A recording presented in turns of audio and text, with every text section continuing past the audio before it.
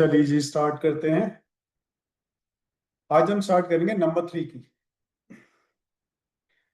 Number 3 जो है वो है गुरु का नंबर। मैं एक सेकंड गैलरी रिव्यू कर देता हूँ।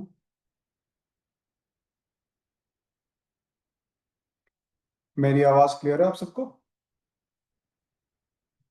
ठीक है, थैंक यू जी। चलिए जी स्टार्ट करते हैं। आज हम बात करेंगे नंबर 3 की। नंबर 3 जो है वो है गुरु का नंबर। नंबर 3 जो है वो है जुपिटर का नंबर। ठीक है जी। जुपिटर जो है वो सबसे बड़ा प्लैनेट है, राइट। और नंबर 3 को हम ये भी बोलते हैं कि ये जो है वो फैमिली का नंबर है। ये नंबर होता है फैमिली का। ठीक है। जो मैं गुरु की बात कर रहा हूं, इनको हम बृहस्पति भी बोलते हैं। जो बृहस्पति हैं उनको हम बोलते हैं कि ये जो है वो देवताओं के गुरु हैं। तो जब आप बोलते हो देवताओं के गुरु, तो देवताओं के गुरु जैसे ही आप बोलोगे आपके माइंड के अंदर एक पॉजिटिविटी आती है। जब आप गॉड के बारे में बात करते हो तो एक पॉजिटिविटी आपके माइंड में आती है। तो जो उनका गुरु है, सोचिए उनके बारे में कितनी ज्यादा पॉजिटिविटी आएगी आपके माइंड के अंदर। ठीक है जी।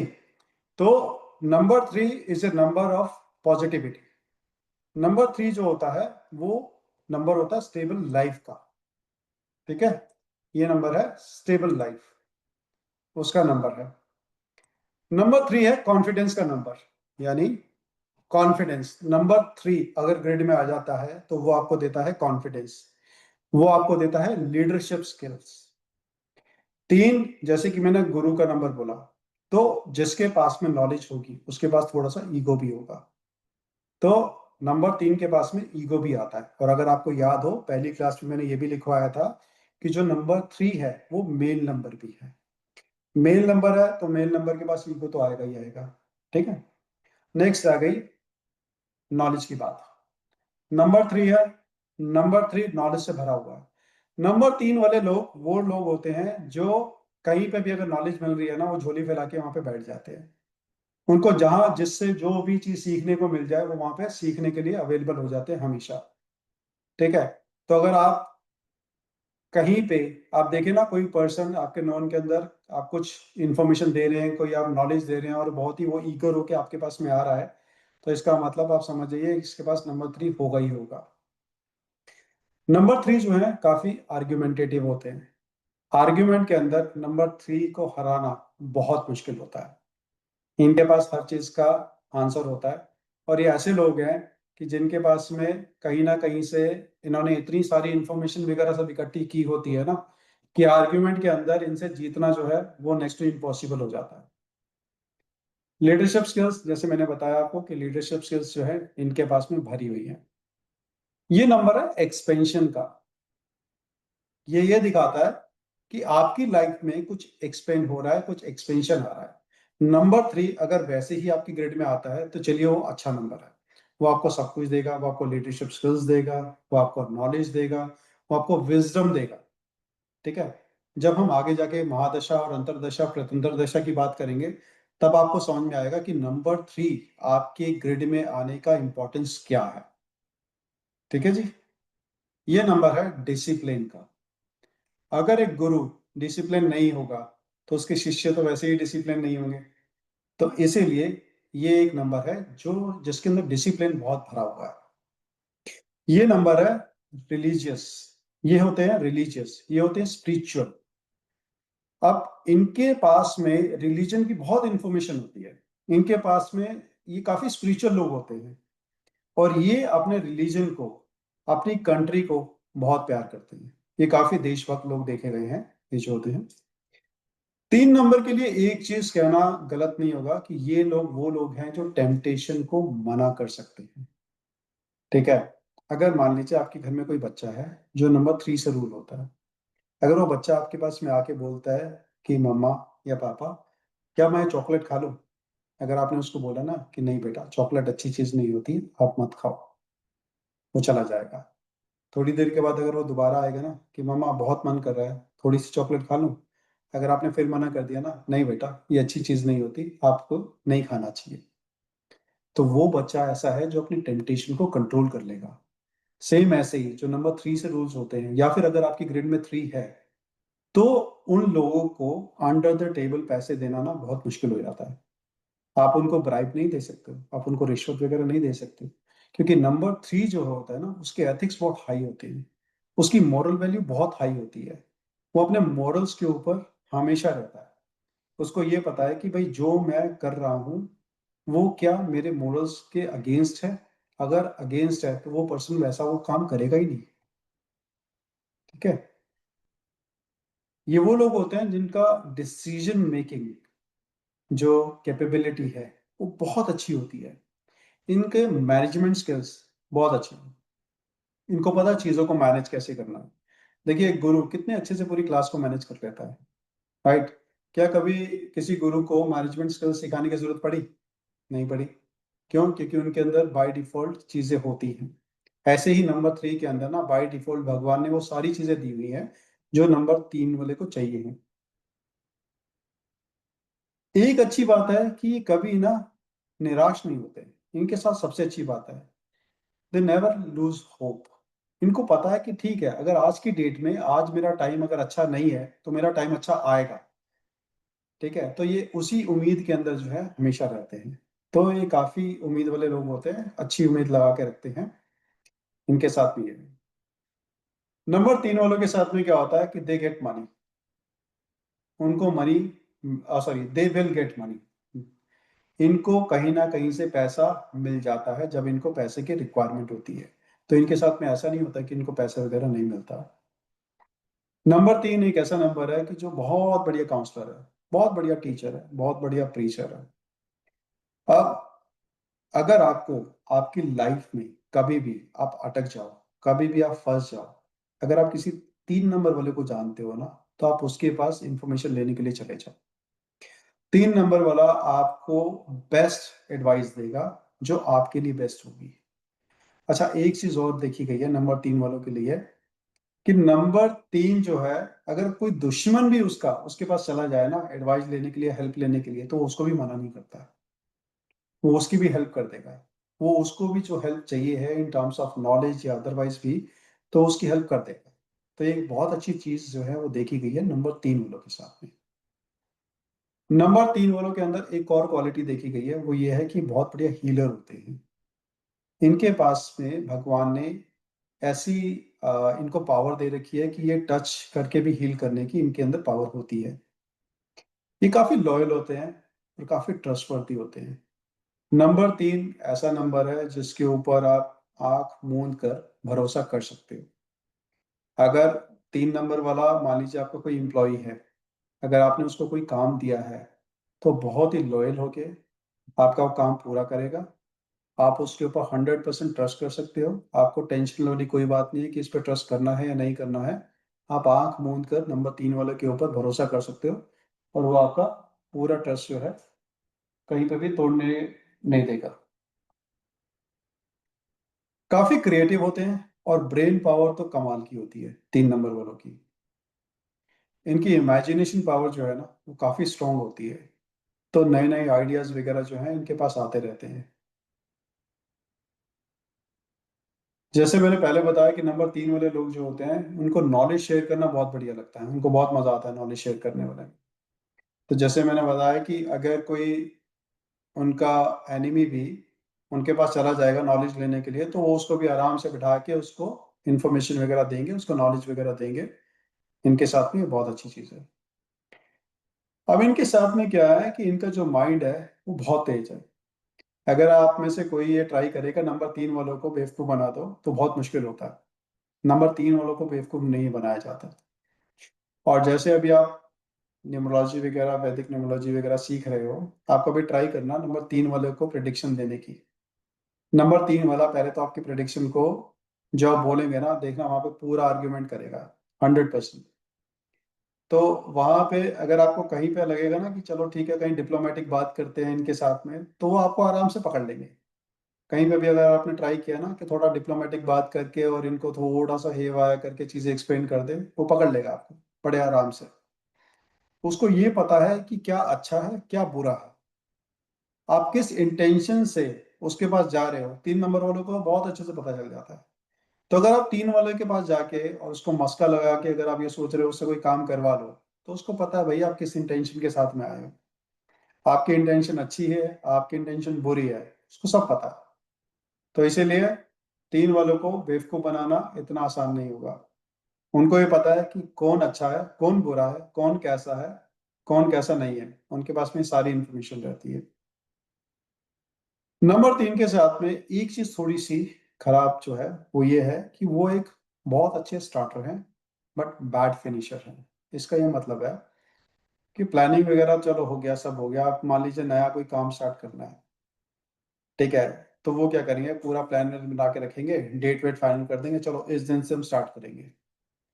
और वो पता चला जी वो डेट जो है वो निकल गई, अब उनका कोई पर्टिकुलर रीजन है तो उसकी वजह से उनकी डेट निकल गई।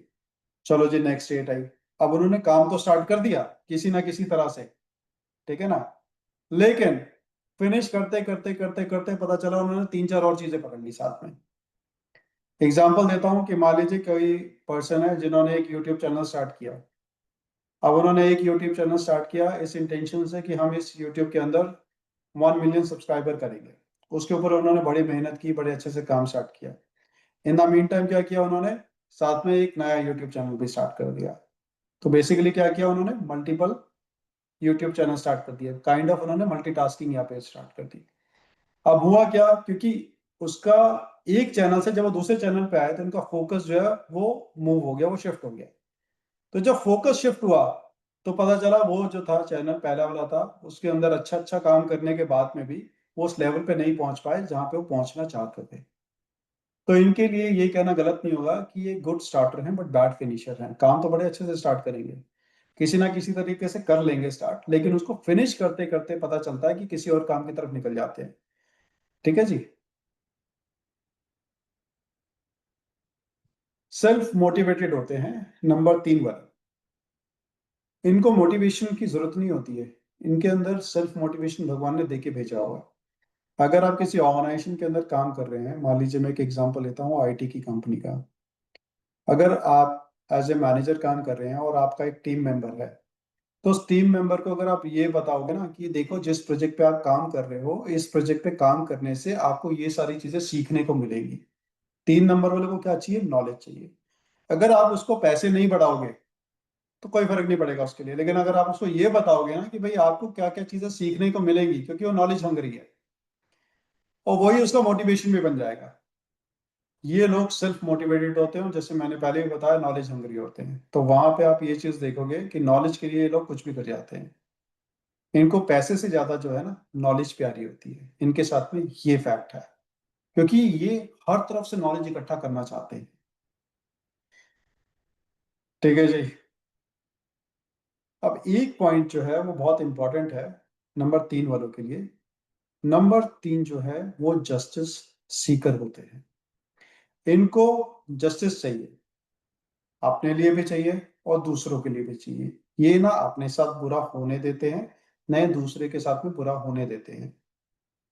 अगर मान लीजिए किसी नंबर 3 वाले के साथ में कुछ गलत होता है, एक एग्जांपल लेते हैं कि कोई नंबर 3 है, नंबर 3 वाले के फादर ने क्या किया, नंबर 3 वाले का कोई ब्रदर है या सिस्टर है, इनके फादर ने क्या किया, अपनी जमीन का मान लीजिए 10 लाख की जमीन बिकी, और उनको दोनों बच्चों को मान लीजिए 5 5 लाख देना था। तो उन्होंने क्या किया, नंबर 3 वाले को 3 लाख दे दिया और बाकी जो उनके ब्रदर या सिस्टर उनको 7 लाख दे दिया।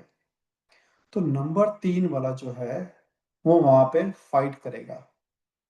अब क्वेश्चन ये आता है कि फाइट किसके लिए करेगा, पैसे के लिए फाइट करेगा? नहीं, नंबर 3 वाला पैसे के लिए फाइट नहीं करेगा, नंबर 3 वाला इनजस्टिस के लिए फाइट करेगा। ये इसलिए फाइट करेगा कि इसके साथ गलत हुआ है, इसको जो पैसा मिलना चाहिए था इसको वो पैसा नहीं मिला, चाहे इसको जरूरत है या नहीं है, इसका पॉइंट ये है कि मेरे साथ इनजस्टिस हुआ है, मेरे साथ ऐसा नहीं होना चाहिए था। तो ये जस्टिस सीकर है, इसको जस्टिस चाहिए अपने लिए भी और दूसरों के लिए भी। ठीक है जी। अब यहाँ पे मैं 2 मिनट का पॉज देता हूँ, इससे पहले कि मैं नंबर 3 को और रिपीट नंबर 3 को एक्सप्लेन कर सकूं। तो आप में से किसी का भी कोई क्वेश्चन है तो प्लीज आप लोग हैंड रेज कीजिए और फिर हम उसके ऊपर डिस्कशन करते हैं।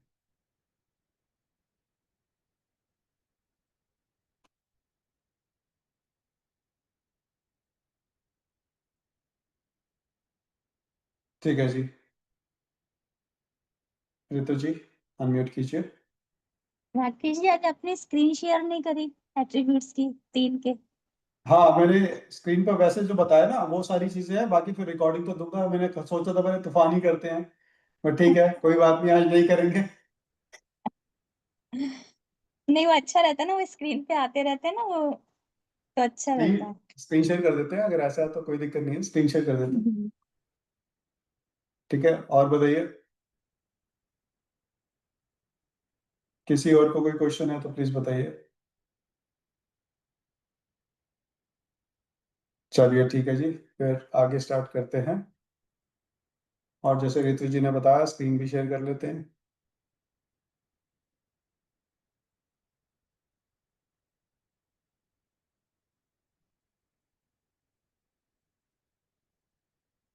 बताइएगा जब आप लोगों को स्क्रीन दिख रही है मेरी।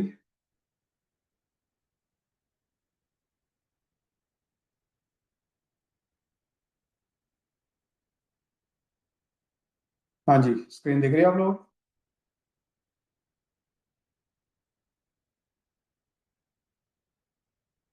कंचन जी प्लीज क्वेश्चन पूछिए आप।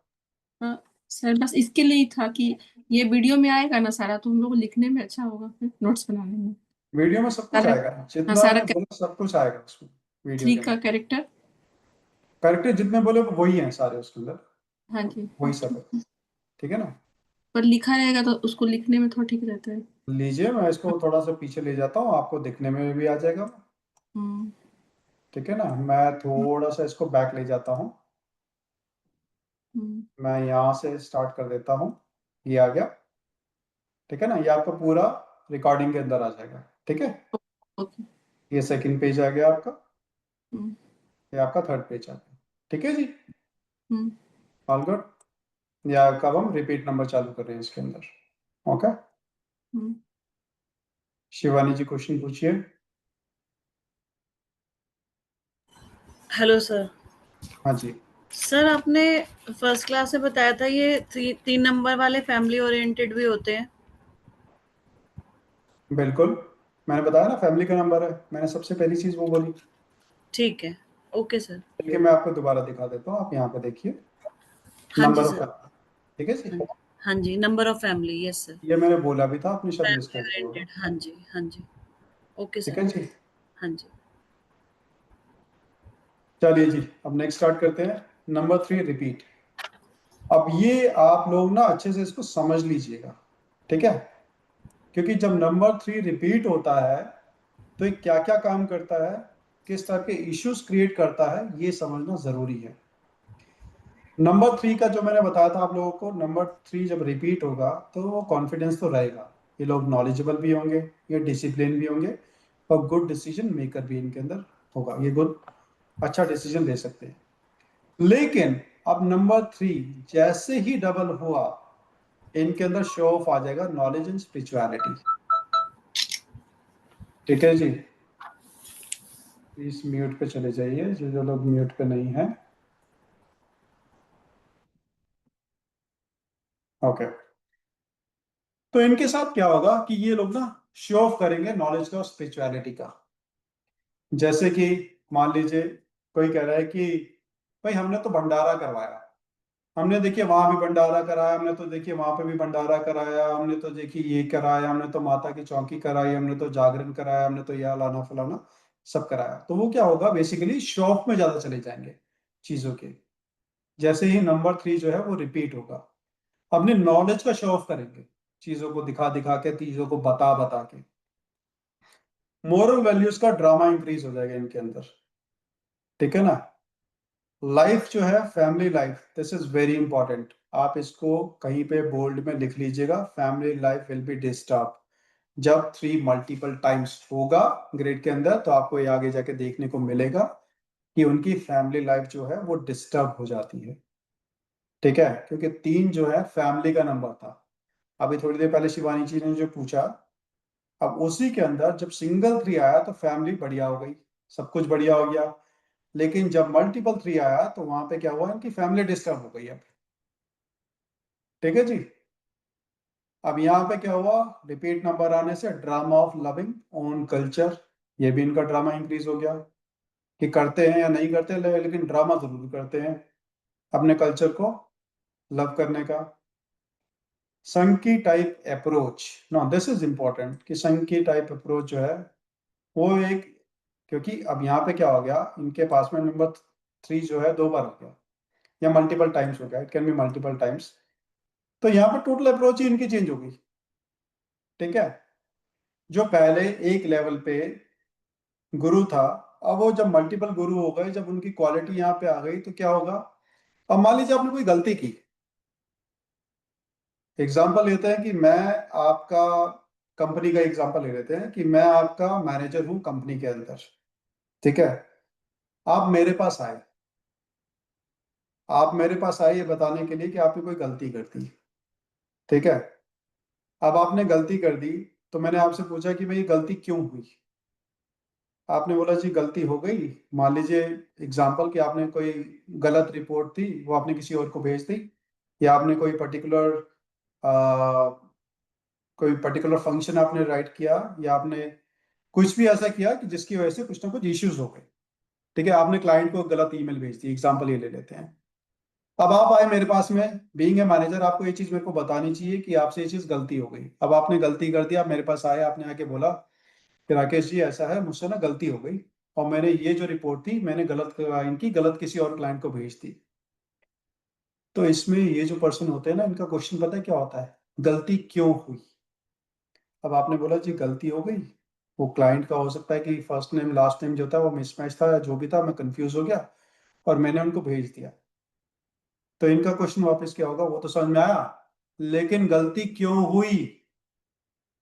अब ये गलती क्यों हुई का कोई आंसर होता है क्या।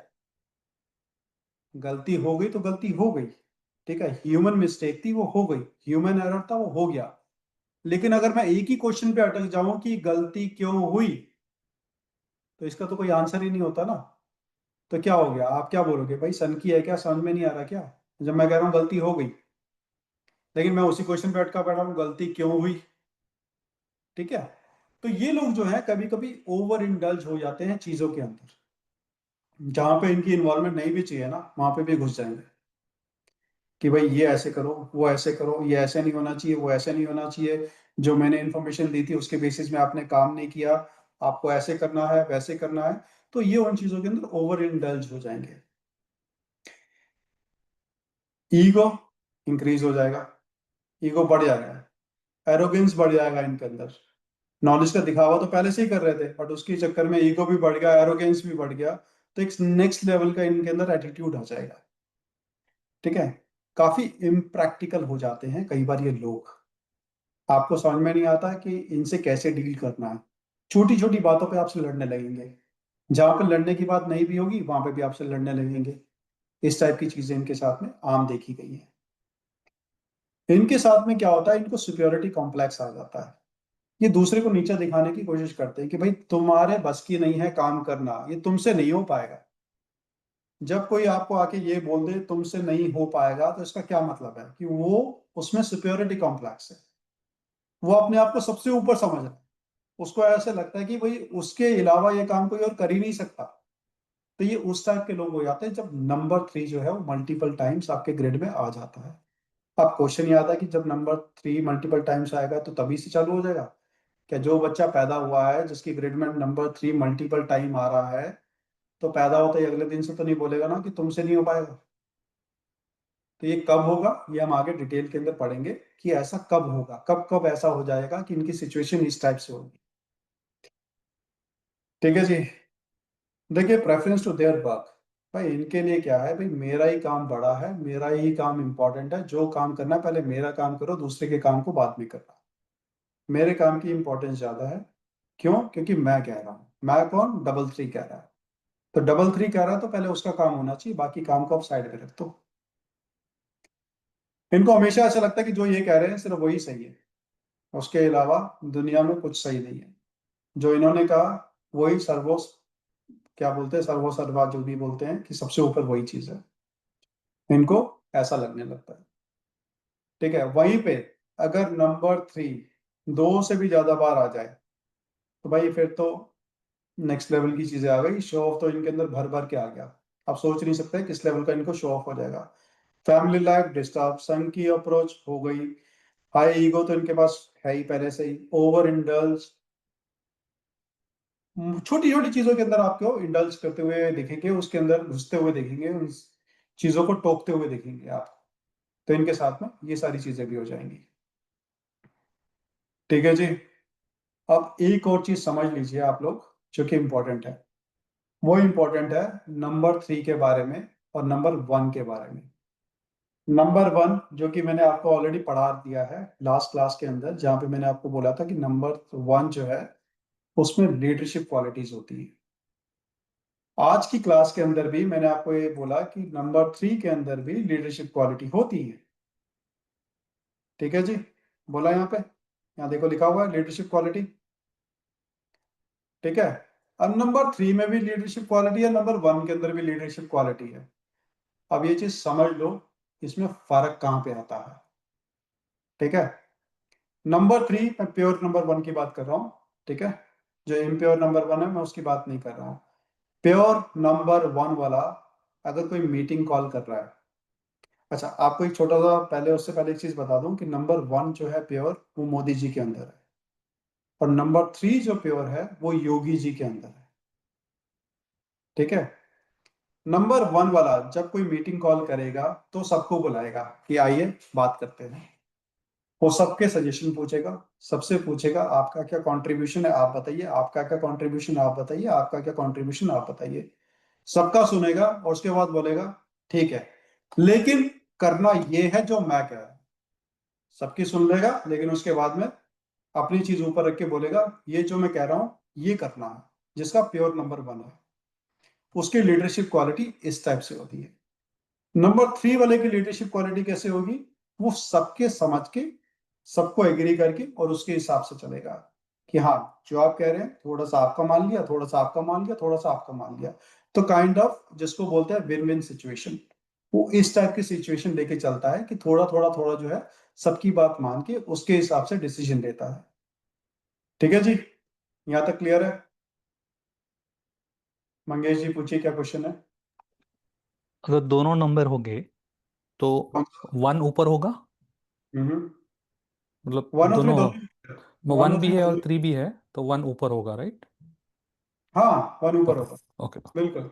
ठीक, आगे पढ़ेंगे उसके अंदर उसका पूरा योग पढ़ेंगे। ओके। उस योग के अंदर आपको पता चलेगा जिसके अंदर ये सारे नंबर होते हैं, 3 है, 1 है और 9 है, तो उसकी क्वालिटी किस लेवल पे होती है, वो कैसा पर्सन है, तो उसको डिटेल में हम पढ़ेंगे उसको। ठीक है जी, क्लियर है। चलिए जी, अब आज मैं आपको एक और चीज कराता हूं नंबर 3 के बारे में। ठीक है, दिस इज इंपॉर्टेंट। अब जो मैं कराने जा रहा हूं वो अब आप समझ लीजिए इसको। Now this is family preferences with basic and destiny number.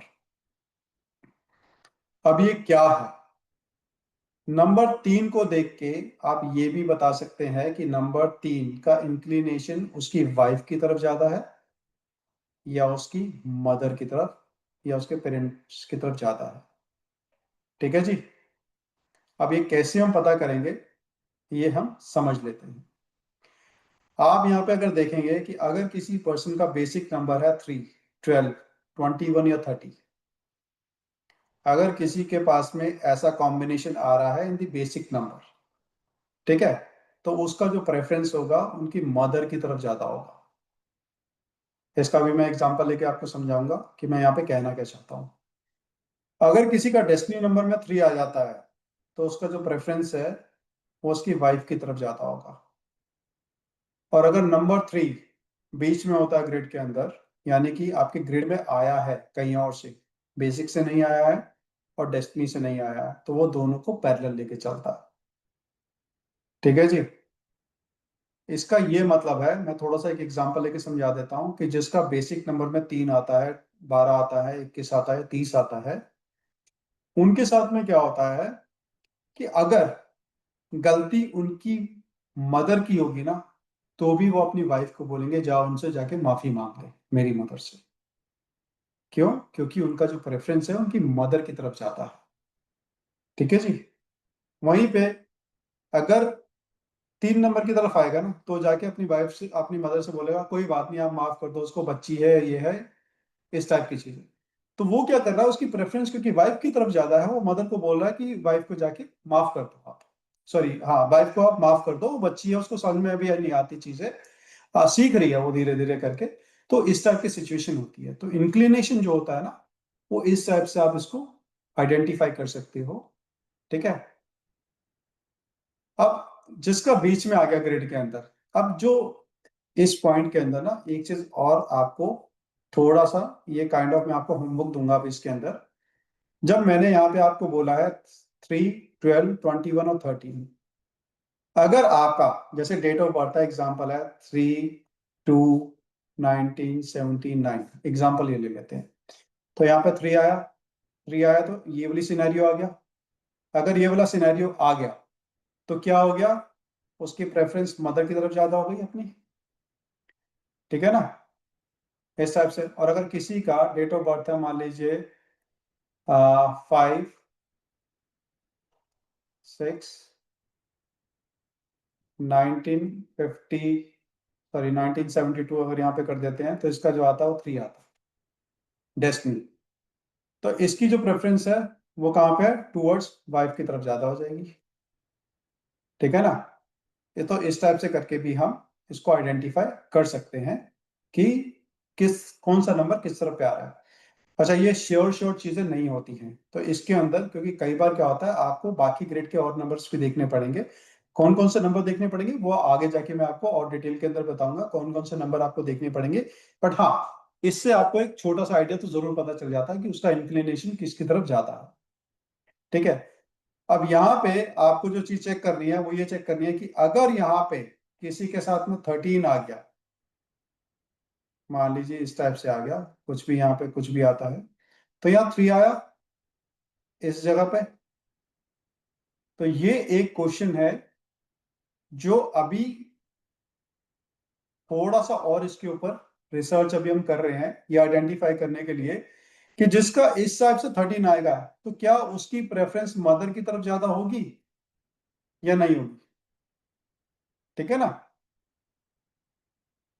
यहां तक समझ में आया। अंशु जी, क्या क्वेश्चन है आपका, प्लीज आप बताइए। जिसका basic number and destiny number दोनों 3 हुआ तो वो दोनों तरफ देखेगा, सिंपल सा लॉजिक है, वो दोनों को साथ में लेके चलेगा। ओके। एंड ये जैसे आप वाइफ के लिए बोल रहे हैं तो अगर हस्बैंड का भी है तो सेम वाइफ का सेम अगर सेम वर्क है सेम तो सेम सेम। हस्बैंड को। अच्छा, अब यहाँ पे ना एक बहुत अच्छा क्वेश्चन है। देखिए, अगर ये हस्बैंड का है तो ये ज्यादा एप्लीकेबल होगा ये सारी चीजें।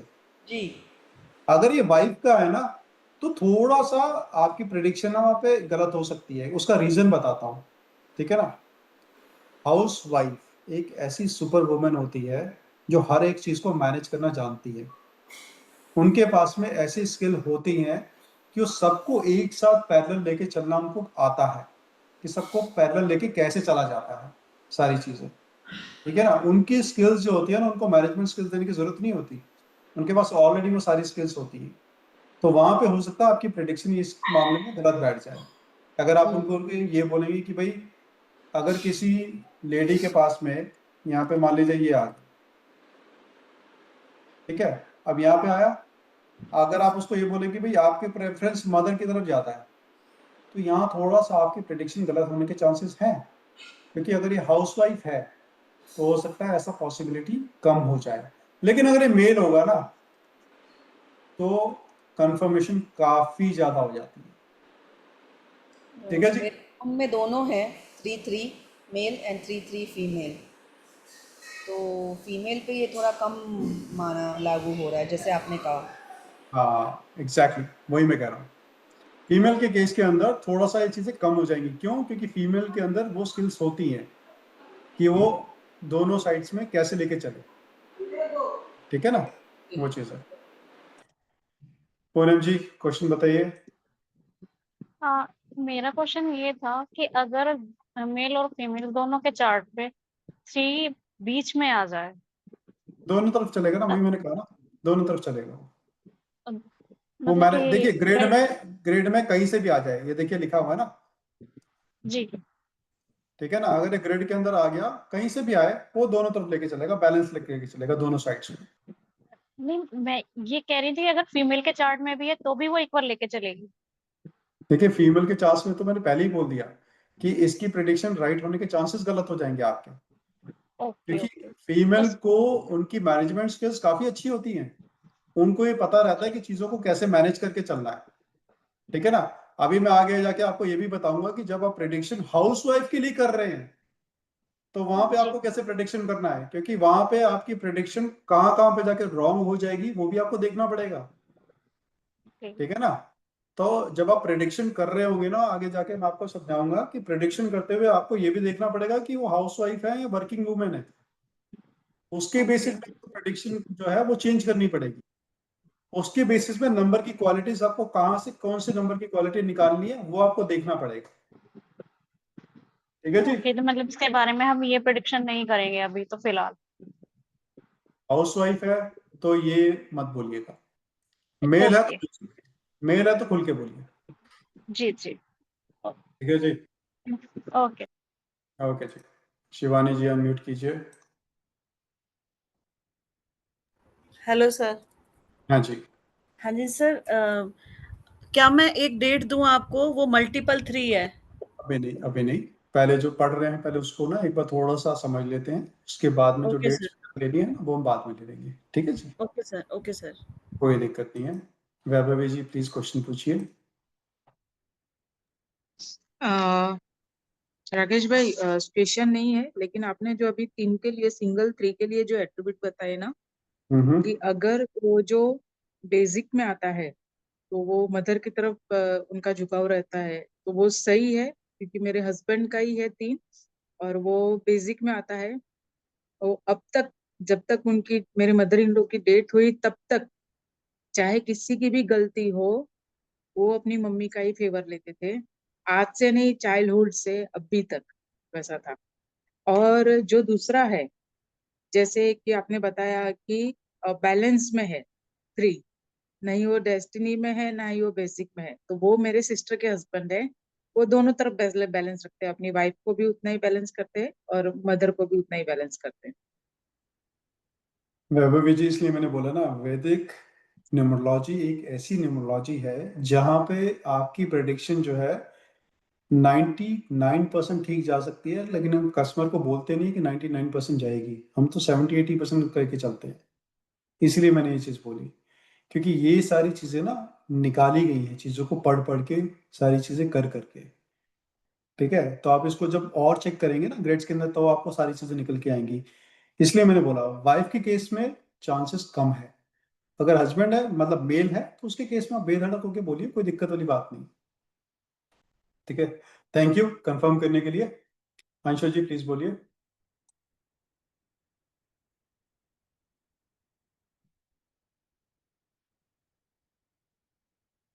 अंशु जी कुछ क्वेश्चन आप, अनम्यूट किया मैंने आपको।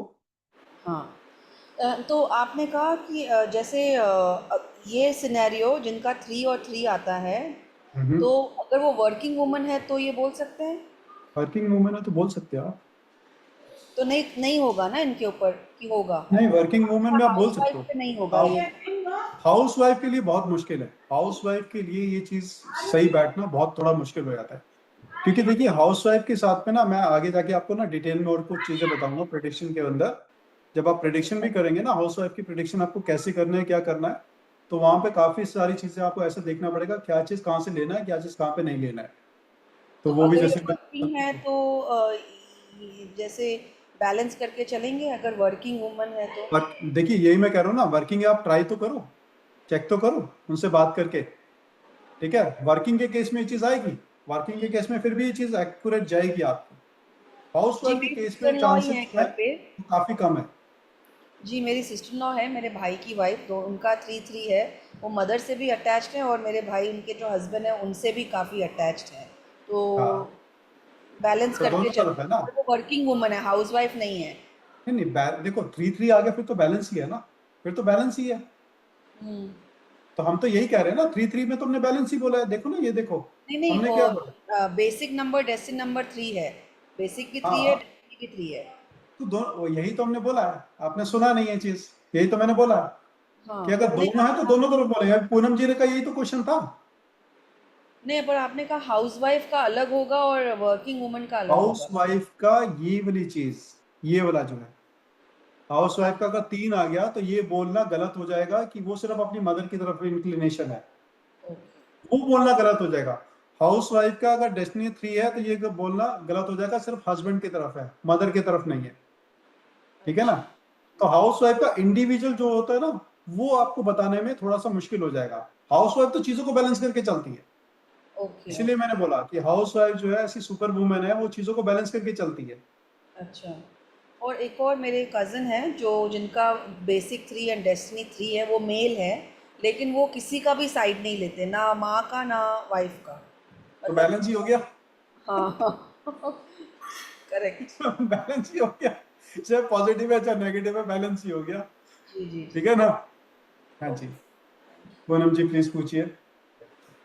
हाँ किश भाई, मैं एक ये जो 3 और डबल 3 और ये मतलब मल्टीपल 3 का जो आप बता रहे थे, मैं ऐसे 3 4 लोगों को जानती हूँ जिनका बेसिक नंबर भी 3 है, और जिनका मतलब कि बेसिक और डेस्टिनी भी 3 है, और मल्टीपल टाइम भी 3 है।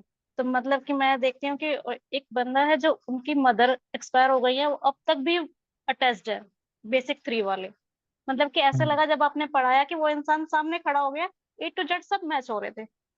और जब बेसिक 3 और डेस्टिनी 3 की जब बात आई है, तो लेकिन उसमें एक चीज मुझे लगी कि वो इंसान अपनी मदर से अटैच नहीं है, वो अपने फादर से अटैच है। ओके, तो मुझे वहां पे मुझे लगा कि ये थोड़ा सा ऐसे कैसे मैच नहीं हुआ देखिए थोड़ा सा। यहाँ पे सिर्फ मदर नहीं आएगा, यहाँ पे मेरे ख्याल से मैंने बोलते हुए बोला है कि पेरेंट्स। जी ठीक है ना? या पेरेंट्स की तरफ ज्यादा है। देखिए जो भी होता है ना, मदर की तरफ थोड़ा सा इंक्लिनेशन ज्यादा रहता है। ठीक है, हो जी सकता है फादर से हो, वो भी हो सकता है पॉसिबिलिटी, लेकिन हाँ अपने पेरेंट्स की तरफ उनका इंक्लिनेशन थोड़ा सा ज्यादा रहेगा। ठीक है, उस टाइप की हाँ चीज आ जाएगी उसमें। वही, क्योंकि उनकी मदर से नहीं बनती है, फादर से बॉन्डिंग स्ट्रांग है। हम्म। तो वही चीज है। और एक तो छोटा बच्चा, खैर अभी वो तो मदर के आसपास ही, क्योंकि मल्टीपल 3 है उसके पास में, अभी तो उसका कुछ नहीं है। हम्म। लेकिन ऐसा लगा कि हाँ, ये जेरोक्स निकाल के आपने यहाँ पे रख दी उस इंसान की। वही है ना, एक्यूरेट देखिए प्रिडिक्शन। वो एक्यूरेट देखिए उसी केस में होती है कि जिस केस में आप ये सारी चीजें एनालिसिस कर रहे हैं अच्छे से, तो वो सब चीजें होती हैं। Thank you Poonam ji feedback देने के लिए। Thank you so much. Shivani ji question पूछिए। सर ये क्वेश्चन है, अगर किसी के ग्रिड में मल्टीपल 3 के साथ साथ मल्टीपल 1 आ जाए तो? वो जब हम कॉम्बिनेशन करेंगे उसकी बात तब करेंगे। अभी 3 के केस में आपको कुछ ऐसा लग रहा है कि आपको कुछ समझ में नहीं आया तो प्लीज वो पूछिए। नहीं सर, समझ में आ रहा है, बहुत अच्छे से समझ में आ रहा है, thank you sir. Thank you जी, थैंक यू। गुरदेव भाई क्वेश्चन पूछिए। अच्छा, जैसे लड़की के केस में कि वो अपने ससुराल में है, तो पेरेंट्स मतलब क्या, वो अपने सास ससुर या अपने बैक होम, जो बैक मतलब home, back home. Back home? अच्छा। सास तो फिर मदर इन लॉ हो जाएगा ना भाई, वो मदर थोड़ा रह गई, वो तो मदर इन लॉ हो गई ना सास ससुर तो। हाँ नहीं, वो तो है, बट चलो कोई नहीं, ठीक है, डन डन, ऑल गुड। ठीक है जी। कंचन जी प्लीज पूछिए। जैसे मल्टी ड्राइवर भी 3 और कंडक्टर नहीं, भी 3, तो हम किसी कंडक्टर ड्राइवर को नहीं जानते यहाँ नहीं पे। हम भूल जाते हैं बोलने पड़े तो भी है। हम यहाँ पे बेसिक नंबर और बेसिक सही नंबर नंबर को और जानते सही हैं। नंबर, हाँ। हाँ जी, तो जब दोनों 3 है तो डबल 3 की भी तो कैरेक्टर आ ही जाएगा उसमें, हाँ बिल्कुल आएगा जी, मल्टीपल 3 का भी कैरेक्टर आ जाएगा। बिल्कुल आएगा, बिल्कुल और आएगा। देखिए लेकिन मैंने एक चीज भी बोली थी ना, बच्चा पैदा हुआ हम्म, है तो उसी दिन से फैमिली डिस्टर्ब नहीं हो जाएगी ना उसकी। ठीक है अच्छा। ना? हम्म देखिए हम्म नंबर डबल 3 आया है, फैमिली हम्म डिस्टर्ब का नंबर है। हम्म ठीक है ना? हम्म लेकिन वो डिस्टर्बेंस कब होगा उसके साथ हम्म में, हम इसको हम्म, डिटेल में पढ़ेंगे। अच्छा। ठीक है ना? अब हम्म आप एक चीज सोचिए कि अगर किसी को कोई परेशानी है, हम्म वो परेशानी एग्जाम्पल ले लेते हैं, भगवान अगर अगर किसी को अस्थमा है, हम्म अब वो अस्थमा सुबह से लेके शाम तक तो एग्रीवेट नहीं होता है ना, हम्म कभी कभी उनको जो अस्थमा का अटैक आता है किसी रीजन से आता है ना, हम्म ठीक है, तो वो रीजन क्या होगा जब उनकी फैमिली डिस्टर्ब होगी, हम्म ठीक है, हमको वो चीज अभी जाके हम पढ़ेंगे आगे। हम्म। ठीक है जी, क्लियर हो गया हम चीज? हाँ, हम देखे हैं कि डेट ऑफ बर्थ 3 अक्टूबर था मेरे मामा का। वो 60 साल के थे जब हमारी नानी नहीं रही, तब तक बहुत, उस समय भी वो बहुत रोते थे, मतलब बहुत ज्यादा वो माँ से अटैच थे। देखिए वो 3 नंबर क्या हुआ, बेसिक नंबर आ गया ना, 3 नंबर जिसका हम्म बेसिक आ गया उसका जो अटैचमेंट है उसकी मदर से ज्यादा हो गया। हाँ, ठीक है ना, ये तो वो चीज, सामने देखा हुआ है एकदम, ये बिल्कुल सही है ये। वो चीज होती। ठीक है जी, और किसी का कोई और क्वेश्चन है? ठीक है जी, अभी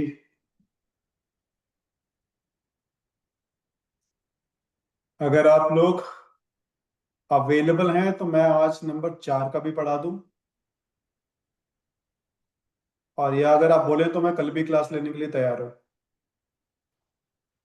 तो ये आप लोग जो है, मैं एक काम करता हूँ, सबको एक बार ना अनम्यूट कर देता हूँ और फिर इसके ऊपर हम डिस्कशन कर लेते हैं, क्योंकि 4 नंबर इज ऑल्सो क्रिटिकल, और 4 नंबर के बारे में भी जो है काफ़ी सारी चीज़ें ऐसी हैं जो